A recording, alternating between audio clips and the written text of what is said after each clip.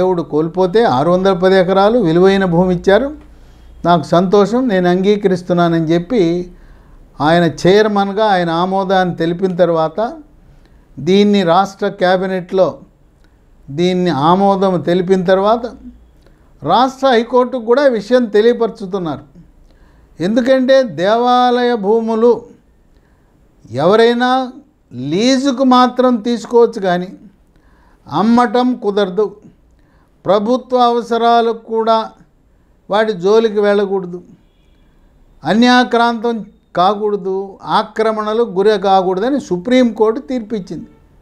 కానీ ఇలా మారకం చేయటం, దేవుని ఆస్తి విలువను పెంచడానికి ఎటువంటి అభ్యంతరం ఏ కోర్టుకి, సుప్రీంకోర్టు, హైకోర్టు కూడా ఉండదు. ఇప్పుడు హైకోర్టు దృష్టికి తీసుకొచ్చారు. ఇక 1970లో ప్రారంభమైన ఈ పంచగ్రామాల యొక్క చరిత్ర ఈ రోజున 2025 జనవరి నాటికి సుఖాంతమైంది. ఇక ఎటువంటి అడ్డంకులు ఉండవు, ఎటువంటి కోర్టు వివాదాలు ఉండవు, ఎటువంటి రాజకీయ నాయకులు పార్టీలు ప్రవేశించినా కూడా ఎటువంటి ఇబ్బంది ఉండదు. ఈ ఇళ్ల వరకు పరిష్కారమైంది, ఇళ్ళు మధ్యలో ఉండే వ్యాపార సముదాయాలకు పరిష్కారమైంది. ఇక దాని చుట్టూ పేద రైతులు, నిరుపేద రైతులు దేవాలయ భూములను సాగు చేసుకుంటున్నారు. ఇక దాని పరిష్కారానికి ఇంకొక దశలో పరిష్కరిద్దాం. భూమికి భూమి ఇవ్వాలి కనుక రైతులను మనం గౌరవించాలి. తెలుగుదేశం ఎన్డీఏ కూటమి ఎప్పుడు కూడా రైతు పక్షపాతి ప్రభుత్వం.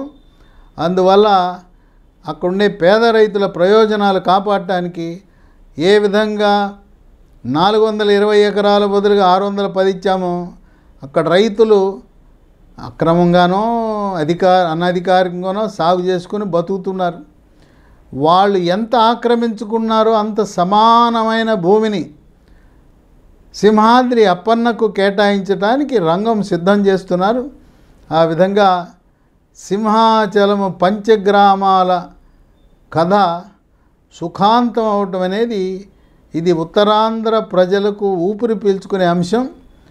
3 తరాలుగా అక్కడ నివసిస్తున్న వారు ఇక ఇళ్ళు మరమ్మత్తు చేసుకోవచ్చు, ప్రహరీ గోడలు కట్టుకోవచ్చు, మరి బోల్డ్ అంతస్తుల భవనాలు నిర్మించుకోవచ్చు, వ్యాపార సముదాయాలు నిర్మించుకోవచ్చు.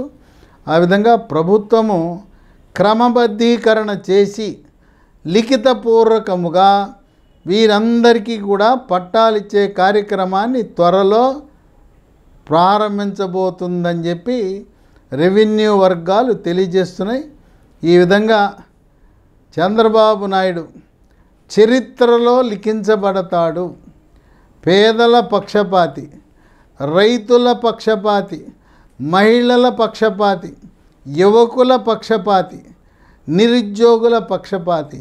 ఈ విధంగా సమాజంలో పేదరిక నిర్మూలన కావాలని, ఆర్థిక అసమానతలు పోవాలని ఆయన ఎప్పటి నుంచో ఆయన జీవిత లక్ష్యంగా భావిస్తూ ఈ లక్ష్యాలను సాధించే దిశగా ఆయన పరిపాలనా సంస్కరణలు, ఆర్థిక సంస్కరణలు, పారదర్శకమైన అవినీతి పాలన అందించడానికి ఎన్డీఏ